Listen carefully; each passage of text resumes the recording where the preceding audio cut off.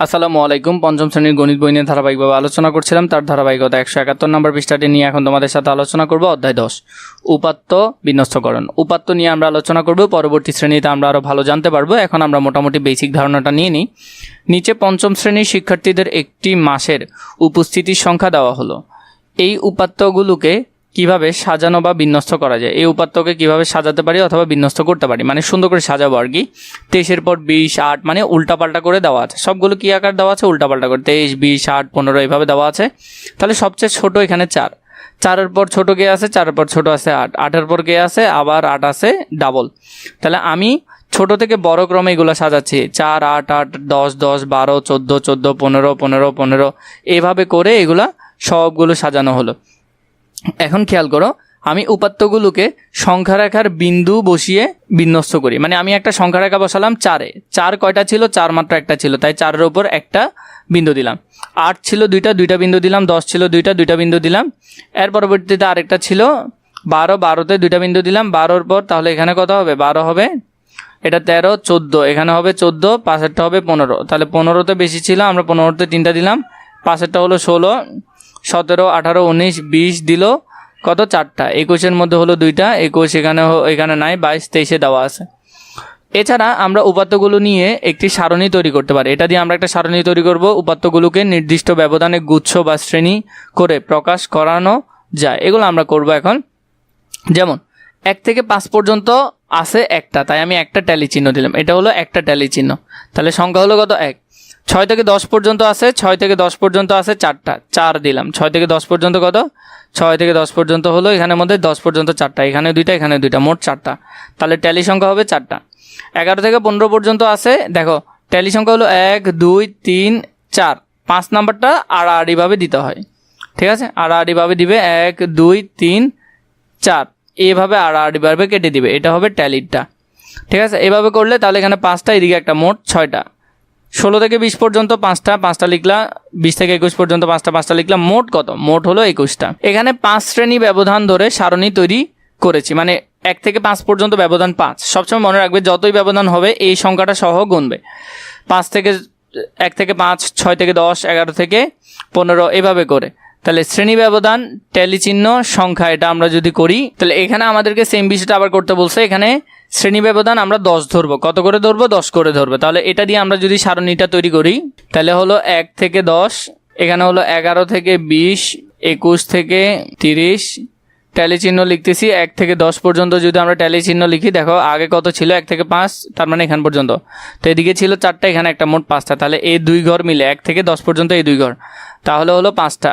1, 2, 3, 4, এদিকে একটা, মোট 5টা। তাহলে সংখ্যা হলো কত? 5। এরপরে 11 থেকে 20, 11 থেকে 20 পর্যন্ত হলো এখানে এই 2 ঘর। তাহলে এদিকে হলো 6টা, এদিকে হলো 5টা। 6 আর 5-এ কয়টা? 11টা। তাহলে হলো 1, 2, 3, 4, এদিকে একটা, 5টা। 6, 7, 8, 9, 10, মোট এদিকে একটা, মোট 11টা। তাহলে এখানে হবে কত? এখানে হবে 11।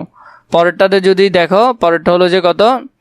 21 থেকে 25 পর্যন্তই আছে। তাহলে এখানে 5টা, শুধু 5টা। 1, 2, 3, 4, এদিকে একটা, 5টা। তাহলে এখানে হলো 5। 1 নম্বরে একটি চায়ের দোকানে দৈনিক কত কাপ চা বিক্রি হয়েছে তা 20 দিনের উপাত্তে দেওয়া হলো। এখানের মধ্যে দৈনিক কত কাপ বিক্রি হয়েছে?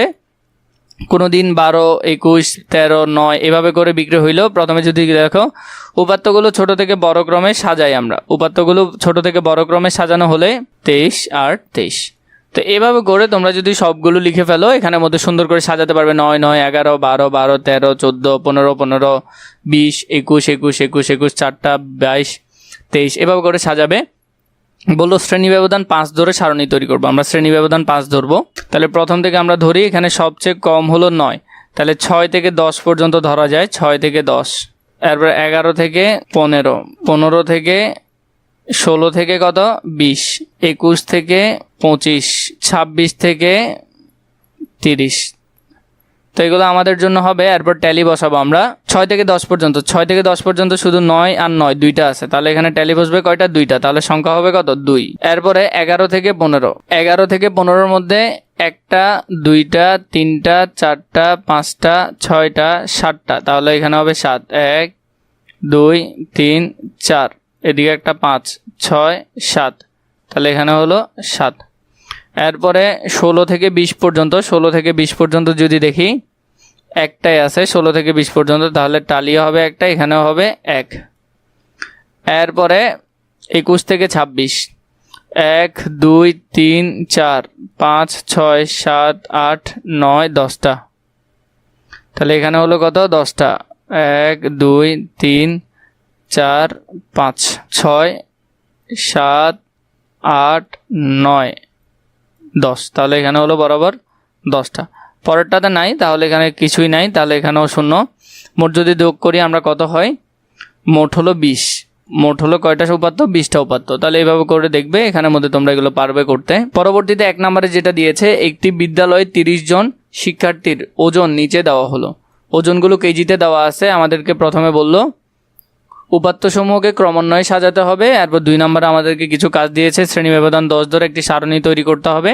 নিচের প্রশ্নগুলোর উত্তর খুঁজে বের করি। 1 নম্বর, কোন শ্রেণী ব্যবধান সবচেয়ে বেশি শিক্ষার্থী রয়েছে সেটা আমাদেরকে বের করতে হবে। কোন শ্রেণী ব্যবধানে সবচেয়ে কম শিক্ষার্থী রয়েছে সেটাও বের করতে হবে। তাহলে এখানের মধ্যে আমরা যদি সুন্দর করে সাজালে তাহলে কি হবে?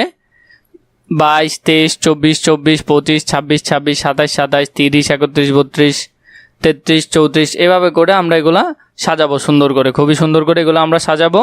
এখান থেকে তোমরা সাজানোগুলো দেখাই নিজেরা খাতার মধ্যে করে নিতে পারবে। 2 নম্বরে বললো 10 শ্রেণী ব্যবধান ধরে আমরা সারণী বের করবো আগে। তাহলে আমরা শ্রেণী নিলাম 10 শ্রেণী ব্যবধান, তাহলে 21 থেকে 30, 31 থেকে 40, 41 থেকে 50। টালি প্রথমটাতে হলো 10টা, 10 লিখলাম গণসংখ্যার মধ্যে। এরপরটাতে হলো 12টা, 12টা লিখলাম আমরা এখানে। এরপরটাতে হলো 8টা, 8টা লিখলাম। মোট হলো কত? 30টা। পরবর্তী প্রশ্ন বলছে কোন শ্রেণী ব্যবধানে সবচেয়ে বেশি শিক্ষার্থী রয়েছে। কোন শ্রেণী ব্যবধানে আমরা যদি এটা দেখি, সবচেয়ে বেশি রয়েছে 31 থেকে 40 ব্যবধানের মধ্যে সবচেয়ে বেশি আছে। পরবর্তীতে বললো কোন শ্রেণী ব্যবধানে সবচেয়ে কম শিক্ষার্থী আছে। সবচেয়ে কম আছে 41 থেকে 50-এ। তাহলে এইভাবে করে তোমরা উত্তরগুলো খুবই সুন্দর করে গুছালো আকারে লিখে ফেলতে পারবে।